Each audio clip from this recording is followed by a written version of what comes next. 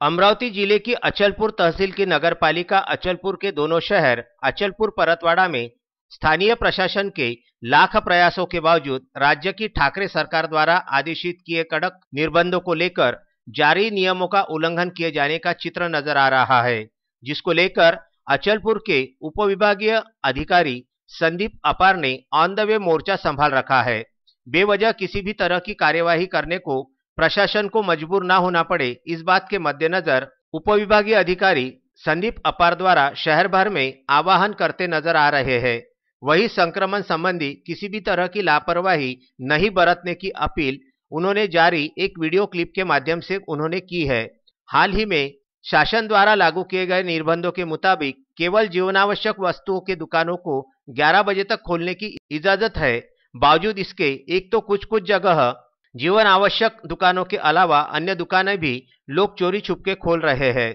दूसरी ओर जीवन आवश्यक दुकानों का समय 11 बजे तक होने के बावजूद ये सारी दुकानें दोपहर 1-2 बजे तक खुली नजर आ रही है। स्थानीय प्रशासन के पुलिस, राजस्व, नगरपालिका सहित अन्य विभागों की टीम सुबह से जुड़वा शहर के चप्पे चप्पे पे पेट्रोलिंग करती नजर आई। इन विभागों द्वारा दुकानदारों, होटल वालों को बाकायदा माइक के जरिए अपने प्रतिष्ठान बंद करने की मुनादी दी जा रही थी। भूमीवर शासनानं जे निर्बंध घातलेले आहेत आणि लॉकडाऊन घोषित केलेलं आहे, तर याच्या अनुषंगानं परतवाडा शहरामध्ये लॉकडाऊनच्या नियमांचं काटेकोर अंमलबजावणी होते की नाही हे पाहण्यासाठी आज मी रस्त्यावर आलेलो आहे।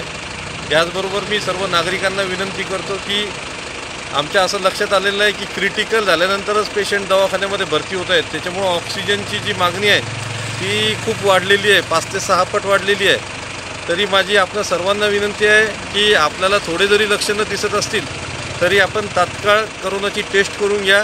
जितक्या लवकर आपण टेस्ट करून घेणार तितक्या लवकर आपण बरे होणार।